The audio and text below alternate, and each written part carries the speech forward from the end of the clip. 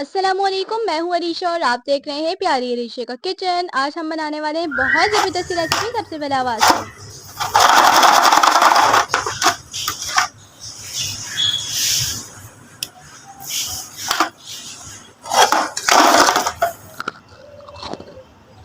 माशाल्लाह कितने ज़बरदस्त बनके तैयार हुए हैं। तो आज हम बना रहे हैं बहुत ही कम इंग्रेडिएंट के साथ, जो हर कोई बना सकते हैं अपने बच्चों के लिए। बहुत ही ज़बरदस्त से बनके तैयार होते हैं। बाहर के बिस्किट्स आप भूल जाएंगे। बिस्कुटों की न्यू रेसिपी मैं आप लोगों के साथ शेयर करने वाली हूँ। तो चलिए रेसिपी की तरफ चलते हैं। बिस्मिल्लाहिर्रहमानिर्रहीम। यहाँ पर मैंने ले लिया है 5 टेबल स्पून घी। ठीक है, और अगर आपके पास देसी घी हो तो और भी अच्छी बात है। और इसी के साथ मैंने चीनी ऐड की है। चीनी आपने घर वाली ही लेनी है। बस आपने करना ये है कि पहले इसको थोड़ा सा पीस लेना है। ठीक है, ग्राइंडर में नहीं पीसना है, पाउडर नहीं हमें चाहिए। तो हमें चाहिए थोड़ी सी पिसी हुई। थोड़ा सा चीनी को क्रश कर लें। बस हमने यहाँ पे क्रश करना है, बेलन की मदद से भी कर सकते हैं। उसके बाद इसमें ऐड करने हैं 1/3 कप। ठीक है, इसके बाद मैंने यहाँ पे ऐड किए 2 अंडे, 2 बड़े अंडे ऐड किए हैं, लार्ज अंडे, रूम टेम्परेचर के होने चाहिए। उसके बाद मैंने ऐड किया है यहाँ पे फूड कलर। ठीक है, फूड कलर मैंने इसलिए ऐड किया है, इसका कलर बहुत जबरदस्त आएगा। जब भी आप केकरेस या बिस्किट वगैरह बनाए ना तो फूड कलर जरूर ऐड किया करें, उससे कलर बहुत अच्छा आता है। ठीक है, हम विदाउट ओवन बनाने वाले हैं तो फूड कलर लाजमी डालें ताकि कलर हमारा बहुत अच्छा आए। और यहाँ पर अब इसको हमने मिक्स करने हैं तकरीबन 3 मिनट के लिए। ठीक है, मैंने नॉन स्टॉप मैंने इसको मिक्स किया है। मिक्स करने के बाद अब हमने क्या करना है, यहाँ पे हमने एक बहुत ही जबरदस्त इंग्रेडिएंट ऐड करना है। वो है लेमन पील। अगर आपके पास लेमन पील हो तो आप वो ऐड करें, अगर नहीं तो लेमन एसेंस भी आप ऐड कर सकते हैं।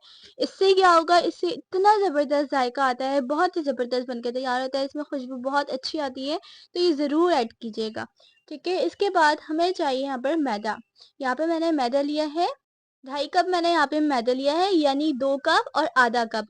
कप वाला नॉर्मल वाला कप नहीं जिसमें चाय पी जाती है, वो वाला कप की बात नहीं कर रही मैं, मेजरिंग कप की बात कर रही हूँ। उसके बाद मैंने इसको छान लिया है। इसमें छानने के बाद मैंने 1/4 टीस्पून मैंने बेकिंग पाउडर लिया है और 1/4 टीस्पून बेकिंग सोडा लिया है। इन सारी चीज़ों को मिक्स करने के बाद मैंने थोड़ा थोड़ा करके इसमें बैटर डाला है और एक बहुत ही अच्छी सी मैंने इसकी डो तैयार की है। और अब मैं आपको कुछ मेन पॉइंट बता देती हूँ। अक्सर ऐसा होता है ना कि कुछ लोगों के क्रिस्पी बन के तैयार नहीं होते, सॉफ्ट बन जाते हैं। तो वो ऐसा होता है कि कहीं कहीं पॉइंट ना वो स्किप कर जाते हैं। जैसे मैंने अभी 3 मिनट तक के लिए हैंड विक्स की मदद से मैंने मिक्स किया था। ठीक है, नॉन स्टॉप मिक्स किया था, मैंने बीटर यूज नहीं किया था। तो यहाँ पर आपने बीटर बिल्कुल भी यूज नहीं करना है। ठीक है, अगर आप बीटर यूज करते हैं तो उससे ये होगा कि वो फ्लफी बन के तैयार हो जाएगा। तो हमें फ्लफी नहीं बनाना है इसको, अंडे को। ठीक है, तो इस चीज का ख्याल रखिएगा। सेकंड पॉइंट, चीनी जो हमने ली है वो हमने पाउडर नहीं ली है, पाउडर नहीं इसमें डलेगी। कैस्टर शुगर ले सकते हैं हम। ठीक है, पाउडर हमें बिल्कुल भी नहीं चाहिए, क्योंकि अगर आप पाउडर ऐड कर देंगे ना तो एक उसमें तार बनता है, वो नहीं बनेगा। पर हमें तार अंडा और इसमें चीनी के साथ जो मिक्स होता है वो हमें चाहिए। ठीक है, उससे भी क्रिस्पी बन के तैयार होते हैं। पाउडर शुगर से इसका रिजल्ट वो नहीं आएगा जो आना चाहिए, तो आपने पाउडर शुगर नहीं लेनी है। ठीक है, आइसिंग शुगर लें या कैस्टर शुगर लें आप। और इसके बाद मैंने क्या करा है, मैंने एक मोल्ड ले लिया। ठीक है, ऑयल से इसको ग्रीस किया, उसपे मैंने बटर पेपर लगा लिया। अगर आपके पास बटर पेपर ना हो तो आप कॉपी का कोई भी पेज ले सकते हैं, उसको आप उस पे मोल्ड पे लगाएं। इसके बाद मैंने इसको डो को थोड़ा सा पतला सा उसको गोल गोल करा। ठीक है, गोल करने के बाद मैंने इसको प्रेस कर दिया। ठीक है, प्रेस कर दिया मैंने मोल्ड में रख के। इसी तरह से मैंने बना दिया। अब मेरे पास ना यहाँ पे छोटा था मोल्ड, तो अगर आपके पास बड़ा वाला मोल्ड हो तो बेस्ट हो जाएगा, वो एक साथ बन के तैयार हो जाएंगे। ये मैंने प्री हीट होने के लिए पहले पतीले को रख दिया था 20 मिनट के लिए। ठीक है, मीडियम टू हाई फ्लेम पे।